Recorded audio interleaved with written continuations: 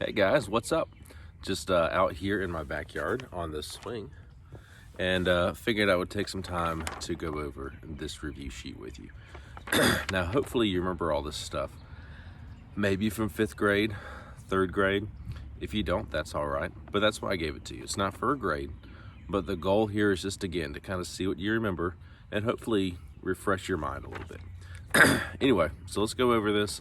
I will make sure to put a completed copy down below in the comments, and you can check it there as well. First off, though, the branch of government that introduces laws, that would be the legislative branch. Remember, they're the ones who make laws, and so they introduce them, and then they vote on them, and so on and so forth. If they approve them, then they go up to the president, which is the executive branch. Next, declares laws unconstitutional. Now, that would be the Supreme Court, which hopefully you remember is in the judicial branch. So basically, any law that goes against the U.S. Constitution will be declared unconstitutional. But you have to take it to court first, and the judges or justices at the Supreme Court level have to actually make that decision, whether it violates the whether it violates the Constitution. All right. Next would be that third one, signs bills into law. As we kind of alluded to up in the first one, that's where the president comes in. The executive branch, he or she has to sign that bill to become a law. If they don't sign it, they can veto it, and then it goes back to the Congress, and then they have to pass it with 2/3 majority. This next one was a little difficult for some of y'all. I wouldn't be surprised if you put executive branch. Man, it looks like my neighbors are home. That's my assistant, Molly. Let me go ahead and show you Molly over there, barking at the neighbors. There she is.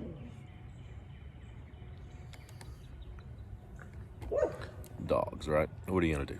Molly, leave it. Good girl. Hey, come here, Molly. There she is. Good girl. Who's your good girl? All right, off you go.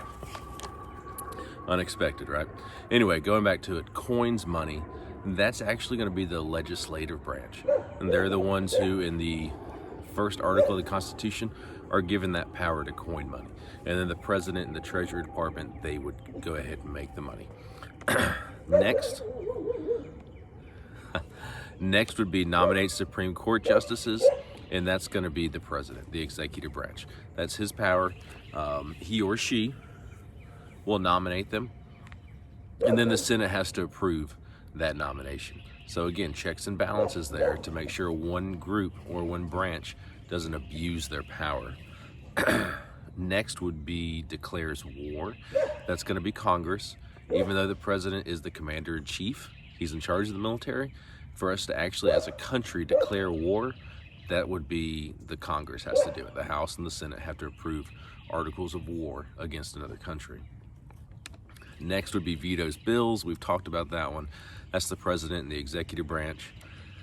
Interprets / makes the meaning of laws. That's going to be the judicial branch, right? They look at the law, they tell us what it means, what it actually can do and can't do.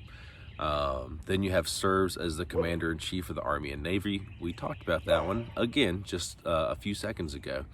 That's the executive branch. That's the president. Then we have issues pardons. All right, Molly's back. She's done barking at the neighbor. Okay, then we have issues pardons. If you kind of think of the president and the executive branch, they enforce the laws, right? And so therefore a pardon is when you don't have to serve your jail time, right? Or at least all of it. And so the president in that case wouldn't necessarily be enforcing the law. And so that's kind of his decision to make. So when you get a pardon, that would come from the president. At the state level, now guys, this is important that you kind of think about this, right? We know at the Georgia state level, we have the same 3 branches of government, right? Legislative, executive, and judicial.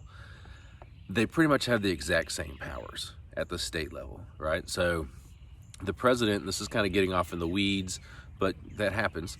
The president, he can pardon you from a federal law that you break, such as kidnapping or piracy, which is kind of cool, counterfeiting money, anything that's at the federal level, the president can pardon you from. At the state level, that's where the governor has to get involved, right? So the governor can pardon you for state crimes, president for federal crimes. Overrides a presidential veto, we already talked about that one. That would be legislative branch with that 2/3 vote in both the House and the Senate to overturn a presidential veto. Borrows money on behalf of the United States, that would be legislative branch. They can also borrow money. Makes treaties, right? That's going to be, the Senate actually has to approve those. Okay, so it's going to be legislative branch that makes treaties. And then impeaches and removes the president, also legislative branch, right? That's kind of their main job in that checks and balances thing. Main job, it hasn't happened very often, right? They can also impeach federal judges, which is important to know. Most of the impeachments in U.S. history have been federal judges. And of course, we only have 3 presidents who've been impeached: Andrew Johnson, Bill Clinton, and President Trump. All right, awesome guys. Hopefully you got those all right. Hopefully you watched the whole video and you understand things a little bit now. All right, I will talk to you later. Have a great day.